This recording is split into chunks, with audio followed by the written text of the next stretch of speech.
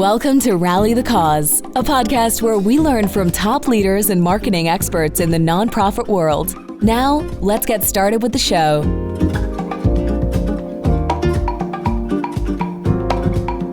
Hello, everyone. This is Jeff Rum here. I'm the host of the Rally the Cause podcast, where I talk to top leaders and executives about their journeys professionally through life and what the world has to offer. This episode is brought to you by Ignite.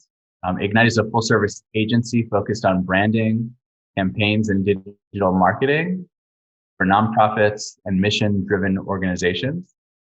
I'm really excited about today's guest. Ronnie Coleman moved to the U.S. from Ghana when he was 19 years old.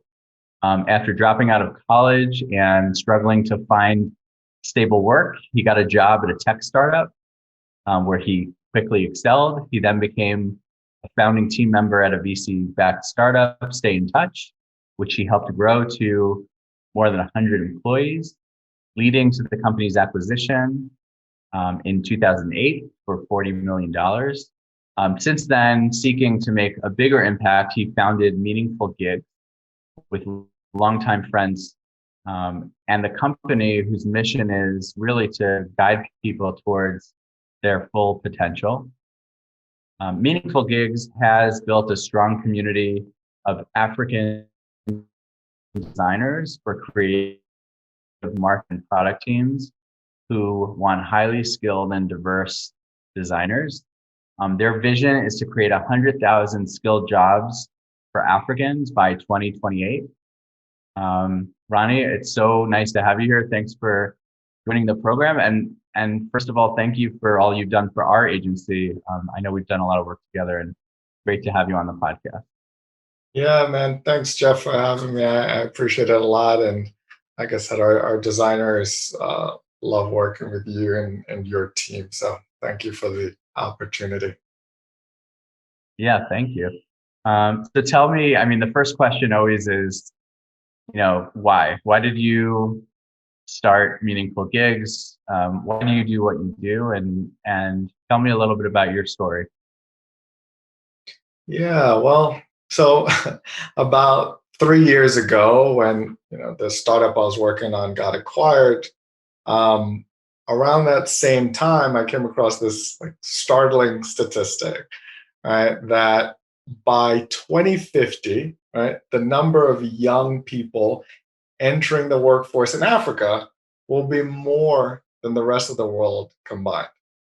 It was an astronomical number. And so this really resonated with me because I grew up in Ghana, and I knew that I wanted to build a business that made sense in the context of that growth, right? So I recruited two of my friends, Steph and Max, and we decided to build a marketplace platform that upskills, trains, and then matches African designers to jobs, right? And we picked designers because we saw how fast internet access was going across the globe, right? So I think the stat was out of 8 billion people now, 5 billion people today actively use the internet.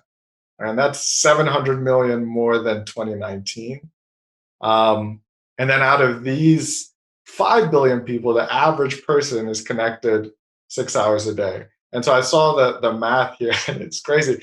That means that's 1.25 billion years online collectively in 2020. So what Crazy. Yeah, it's crazy. So what this means is that there's an endless amount of products being created on the internet, right? So every app, website, game you access online, some designer is creating your experience. So now there's a bigger need than ever for skilled designers, but not just skilled designers. Also, people are looking for more diverse designers, right? People who can design for others that look like them. So it's been a dream come true, and none of this could have really happened when I was growing up in Ghana in the early 2000s, because at that point in all of Africa, 1.2 billion people. There were about 44.5 million people with internet access. And today there's 600 million. So it's like a 13,000% growth in the last 20 years. And it's really important because that astronomical growth of the internet allows us to connect Africa's rapidly growing workforce with the rest of the world. So it's just two forces that came together that allowed us to create meaningful gigs. That's great. I will say, like, just from our perspective as a creative agency, one of the things that we strive towards is to create a more diverse, inclusive community, not only in our agency, but in the work that we do. So with our clients, trying to move the needle a little bit in showing people that there are different ways to design things, right? And different imagery you can show, and different photography you can use. And we need to think more broadly about just how we connect human to human, like with design. I mean, design is really about engagement and telling stories. So one of the reasons why we love the partnership we have with Meaningful Gigs is because not only are the designers great and the quality is great and the communication is really excellent, but we know we're going to get designs that are diverse and kind of strengthen the work of a more global environment. And I think that's one of the real benefits. I know there are many other benefits of the work that you do, but for us as a creative agency, I know like diversity is really important. So maybe you could share a little bit about how you view in your role and in what you're building, the space of diversity, equity, and inclusion, and what it means for the company that you're building and the people that you hire. Yeah, it's something that, and as a Black man in America, I think about a lot, but also as somebody that grew up overseas, and I think about it in the context of the world. Um, and like, do you know the biggest predictor of a kid's like future success? You're going to tell me. I'm going to tell you, it's where they're born, right? So where you're born determines whether you'll be successful or not. Today, that's it. And then later is gender and all these other factors. But the first and most important thing is like where you're born, that's the statistic that shows whether you'll be a future success or not. And so that means there's going to be crazy inequality in the world, right? And so the question that I think about that keeps me up at night is like, how do we level the playing field, right? And create a more equitable future.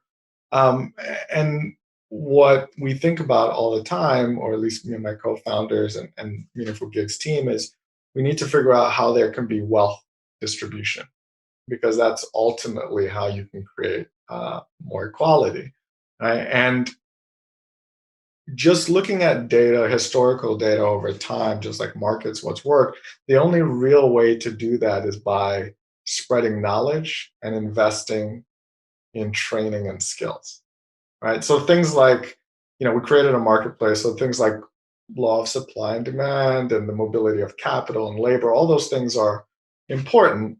But what really like drives growth, like the main influence and is just, can we share knowledge from people that didn't have it to people that need it, right? And that's mainly the key to productivity and growth. And so for us, we think, okay, well, if we can share more knowledge, that will reduce inequality in countries, right? Like within the US and then like between countries.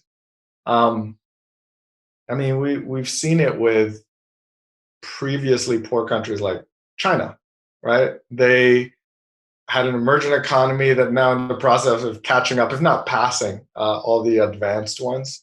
And so by adopting those same like modes of production of the rich countries and like acquiring their skills, then the less developed countries have then leapt forward in productivity, which is amazing, right? So like there's a specific model that we know that works. So for us, like at Meaningful Gigs and me personally, we know like one thing for sure, right? Like no one's life should be a roll of the dice.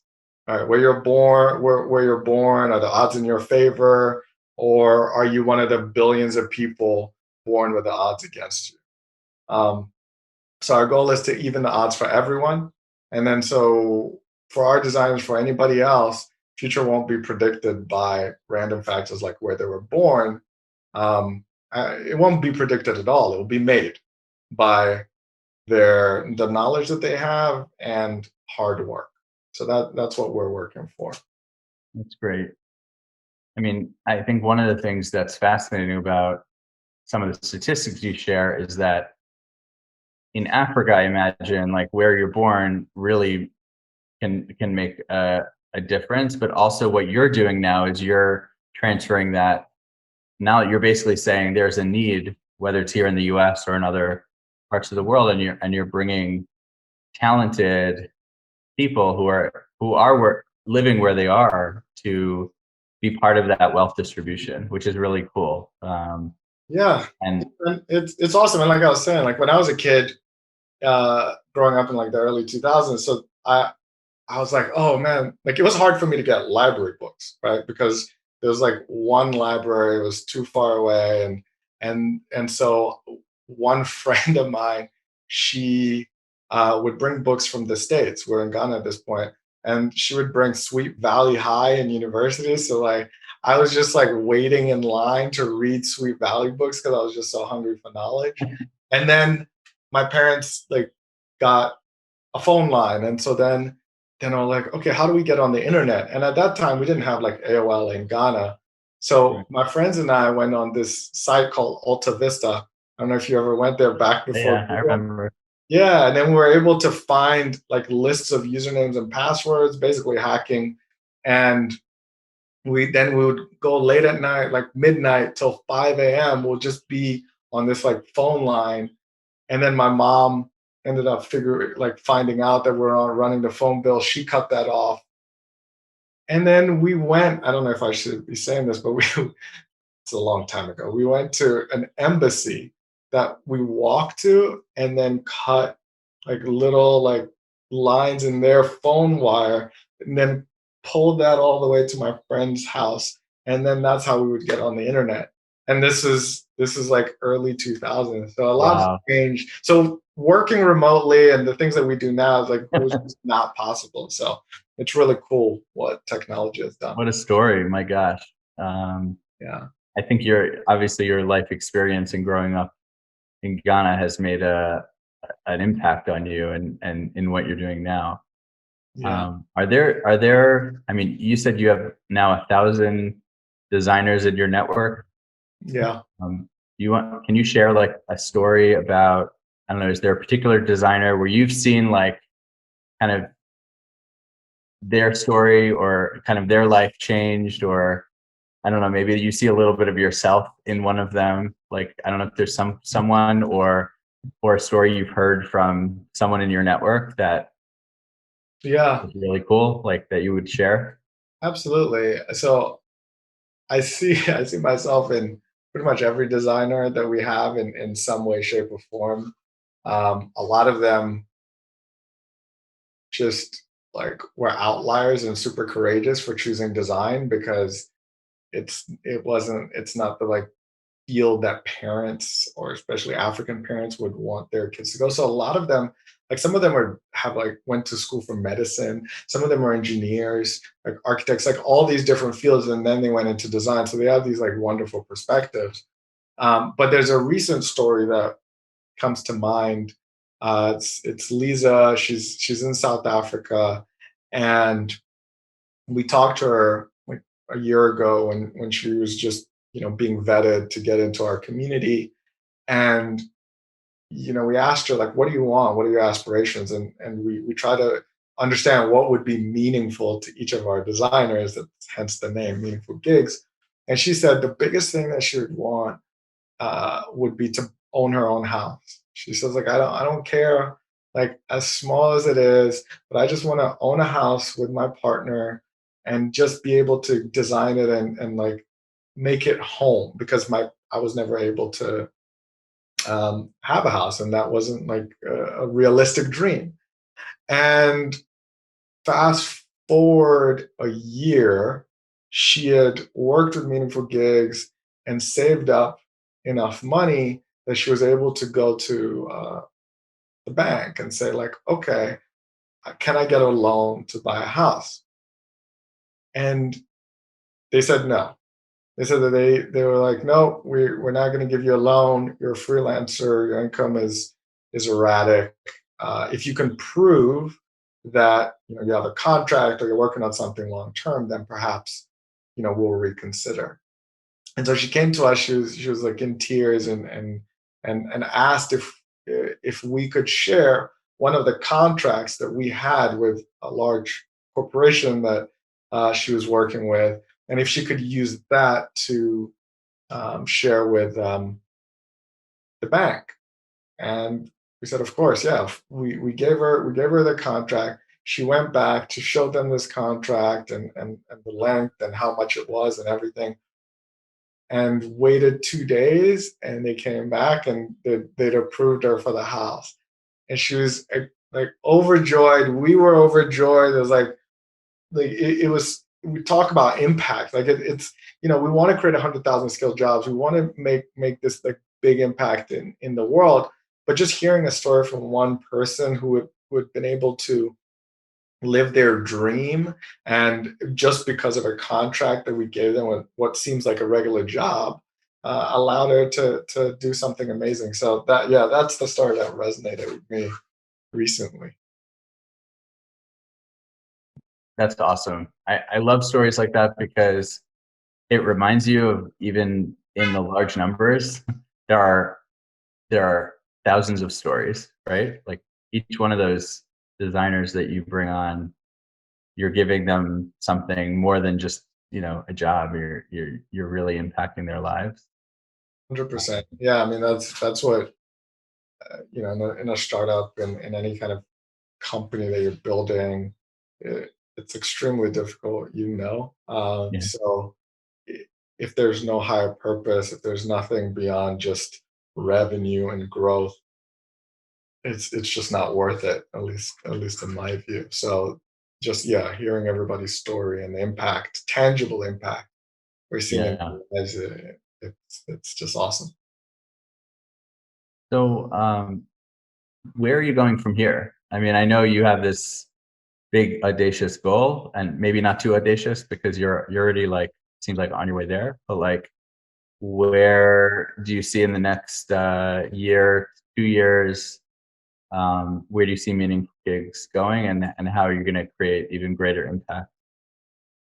Yeah. So in the next 2 years, I mean, we want to 10x our community. So we want to get to 10,000 designers in the next 2 years, because to get to 100,000 by 2028, we need to accelerate that. And we built this amazing product that trains and upskills the designers just so we could scale. And so essentially, it's using like neuroscience and positive psychology to just help designers go from a junior designer, right, to a mid-level to a senior designer in just about 6 months. So that means somebody that was earning $10 an hour can earn 50 or even $100 an hour, but just by going through our product. So we launched that earlier this year, and it's helping us scale. We've seen awesome results, so we're just doubling down on that, and trying to 10x our designer community in the next couple of years. That's great. What are the challenges that you face in growing at this pace, or any challenges that you've faced even getting to this point that you've learned from, that maybe some of our listeners can also learn from? Challenges, man. There's so many so many I challenges. know. which, That's which, how I feel when people ask me that question, but I have to ask it, right? Absolutely. I think it's important. I think so. Last year, the pandemic hit. It was hard for everybody, and we weren't sure, what was going to happen, like everybody else. Um, but one of the things that we decided to do is like, we said, okay, our business is growing, our community is growing. Like there's a pandemic, we need to still fundraise in order to go and be able to build our product and 10x this community. And one of the hardest things I had to do was go out and fundraise during this pandemic, and um, all over Zoom. So not meeting people that I had never met before. I ended up talking to maybe 400 people. So actually not just like 400 Zoom conversations in like a span of 3 months. Um, so I think the challenge in any kind of startup, any business is more like, well, do you have the resilience? Do you believe in your mission enough where even though there are things falling apart around you, things could be on fire, you still have to believe strongly enough in your vision that you can just grind it out day after day. So just doing that um, was extremely challenging, but it paid off. We ended up closing our seed round.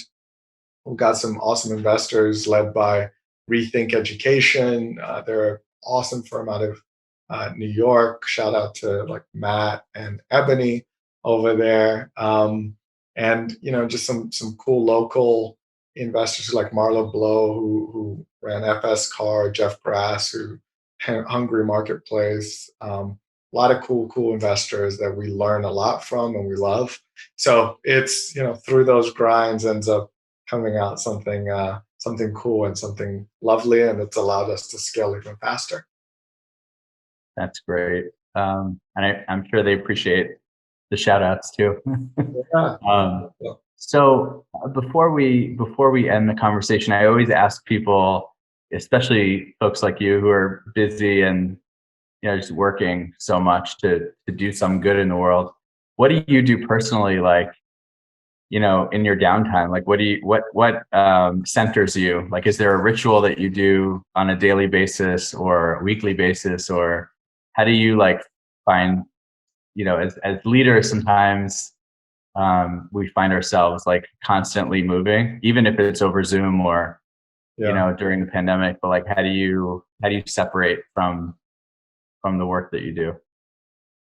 Meditation. So it's I've been meditating almost daily since 2012, and it's like at this point I don't know what I would do without it. It's kind of medicine to me because everything, like there's so many thoughts, so many things, so many people coming at you with different ideas, and it's hard to find your center and like what you believe. And for me, like being values driven is really important. But if you don't know where you stand and you're not clear in your own mind, it's hard to be like adamant about your own values. And so every time I meditate, I'm able to at least like center myself and see where I am. And also I love playing chess. So just for fun, throughout the day, I'll play like 1 minute bullet games on chess.com or something. So I just like takes my mind off of work for a second. So those are my two like daily rituals. Awesome. I'm definitely jealous that you meditate daily. I try to on occasion, and I know that it's such an important practice for so many people. Yeah, I think you should just try. A lot of people give you this like long time frame. You're like, do it for 15 minutes, do it for 30 minutes, twice a day. It's like I think it's more important if you could do even like 2 minutes every day, whatever you want to sit with, as long as you do it every day over time, you'll get used to it. So maybe that's the one thing that I can give as a piece of advice. Just like try doing it every day for even 2 minutes and see if that helps. All right, it's a deal, Ronnie. I'm going to try it. I'll check back in with you at some point. But so if people want to get in touch with you or learn more about Meaningful Gigs, about bringing on a designer from your network, where do they go? Yeah, so I mean, you can always email me directly. It's Ronnie, RONNIE at meaningfulgigs.com, or go to the website www.meaningful, MEANINGFUL gigs.com. So meaningfulgigs.com. Great. That's awesome. Thank you so much for joining us today. I mean, your words are inspiring, but also like, I don't know, it gives us hope in the world. Like, it's good to have stories like this and people like you that we could talk to. So thanks for everything you're doing, and hope that we can have you on again at some point. Yeah, man. Thanks, Jeff. And yeah, I appreciate you and everything you're doing in the world too. It's really important. So keep doing the great work. Great. Thank you. And for everyone listening, we will see you again soon, and join us again.